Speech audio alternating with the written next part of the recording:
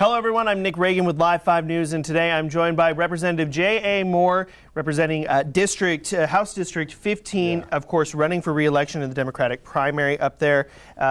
First and foremost, thanks for coming by. Appreciate your time.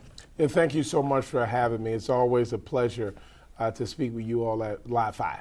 Okay, so obviously we're going into primary season. We're actually just a couple weeks away as of filming this. What do folks need to know about you and your record? Well, you know, what I always tell individuals is I would encourage folks to continue to walk with me.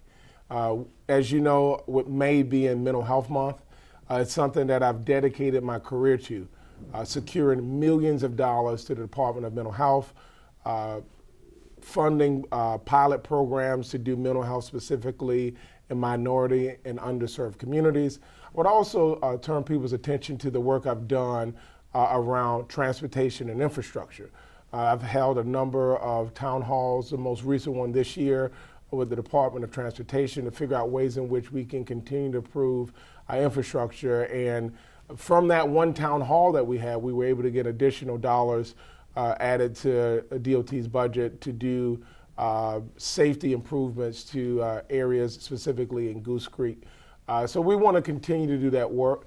And for folks to understand and to know about my record on fighting for the rights of women, healthcare rights for women. That is vitally important in today's time where women's healthcare rights are under attack. And so I want to continue to do that work along with the work that I've done for the public education system. And my family ran a nonprofit organization for 30 years around early childhood education. And it's the work that I continue to do to fight for public education here in the state. And so I want to continue to do so many of these things that have been passion for me. And I just want to say to the District 15, I just thank them for their support and their confidence in me over the past 6 years. So we were chatting off camera a little bit about how the legislative session went. Yeah. You described it more or less as being a bit disappointing. Now, as a Democrat, you're obviously up against majorities in both the House and the Senate of Republicans, and they've passed some conservative legislation this year. Why is it so important for you as a Democrat to get reelected, to get back into the House and continue to fight for the things that you believe in? Well, number one, I think I have a record of bipartisanship. That is vitally important, to your point, in a state where it's a majority led by Republican. It's why my Health Education Act, my first year in office, that passed and is now the law. And the Health Education Act, again, requires in K through 12 education that mental health awareness and wellness get taught in our public schools. I did that my first year, and it took a bipartisan effort. The budget allocations that I've gotten every year up to this point is over $1 million worth of projects in District 15 here in the Lowcountry. So number one, you have to have an understanding of bipartisanship. And I don't say it as a buzzword. It's the way in which I've lived my life. It's the way in which I've ran my businesses. It's working with people that have different viewpoints than me. And it's also important, not just because I'm a Democrat, but because of my life experience. I'm the only professional chef elected to any state house in the country. And so I have a firsthand knowledge of the hospitality and tourism industry that is a driving force here in the Lowcountry. So having that voice and that understanding for so many working people here in the Lowcountry and across the state is vitally important. So yes, I am a Democrat, and yes, there have been laws that I disagree with, but more importantly than that, I'm a person who will continue to fight for people. And I have a unique voice, a unique vantage point that I think serves the district well. I'm a true representation of our district. Our district is the most diverse district in the state, with the percentage of African Americans, with white Americans, with the Hispanic community, Asian Americans, Native Americans, and so many other individuals, young and more experienced people, educated folks, and those that have decided not to go to higher education.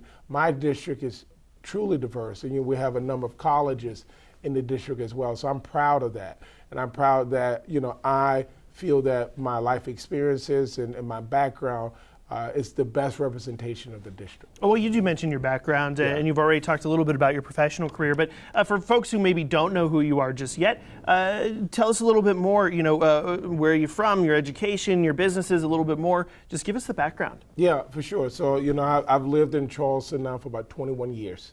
I moved here from a little small town, just an hour and a half away from here. Went to Johnson & Wells, got my culinary degree, and have worked in the hospitality industry for over 20 years now. Owning restaurants, catering companies, managing large multi-million-dollar establishments as well.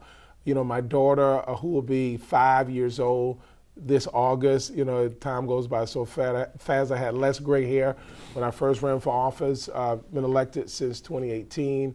But I'm a low country native. I've lived in the low country my entire life. I've lived in Charleston the majority of my life. I'm still what they call a come-ya, even though I've been here for over 20 years, and a lot of my family is from this area. A lot of my sister grew up here, my nieces and nephews grew up here. A lot of my family, my roots are here in Charleston. What do you see as the number one issue in District 15, knowing that this district includes both Goose Creek and bits of North Charleston, right? That's right, yes. Okay. It's almost a 50-50 Goose Creek to North Charleston ratio when you look at the population. I think one of the main things that we hear all the time is because of the rapid growth that we're seeing in District 15. Again, it's one of the fastest growing districts from an economic and a population standpoint in the state. So traffic obviously is one of the big issues, needs to improve our infrastructure. So I know so many of my constituents, especially on the new constructions, that have issues with water being trapped in their yards and around the area. So there's a lot of issues, but traffic and infrastructure being one of the main ones. That's why one of the things I propose almost every year in the budget is fully funding infrastructure projects. But you got to go a little bit further than that. That's why I've held town halls with the Department of Transportation to see what we can do from a localized level to make sure the folks in my district voices are being heard on the concerns specifically for District 15. But also, there's a real need to focus on more high-skilled labor. We have all these infrastructure projects, but not enough people to fulfill these high-skilled jobs. So doing everything I can with Trident, for example, to encourage more young people to go in some of the trades. Again, I went to culinary school, so I have a trade education and been able to do very well for myself. And then also, I think another concern for folks is our educational system. As I mentioned, so doing everything we can for education. The things that I'm also hearing from folks is they want, in clean environment, want to be able to drink clean drinking water. That's why 6 years ago, I drafted the Clean Water Act. And what we saw recently this year, the EPA is finally, at the federal level, is finally catching up to legislation that I introduced 6 years ago when I first got elected.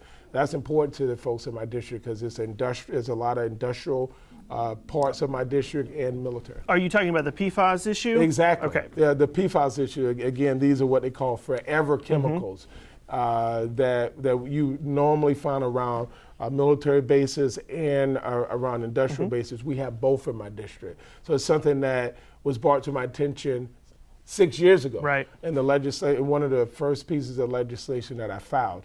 And so we were ahead of the curve on that issue from a national standpoint, not just here in South Carolina. Yeah. All right. Well, before I let you go, when folks go to the polls here, what is a vote for J.A. Moore for them? Voting for 2 more years of representation by myself is knowing that you will have a champion, someone that truly will fight for you, that your voice will continue to be my agenda. We want 2 more years for the people, and that's what we want to do, is continue to make forward progress, to make sure that District 15 has a leading voice on so many different issues that are affecting people's everyday lives. All right, well, he's Representative J.A. Moore running for re-election in District 15, the Democratic primary.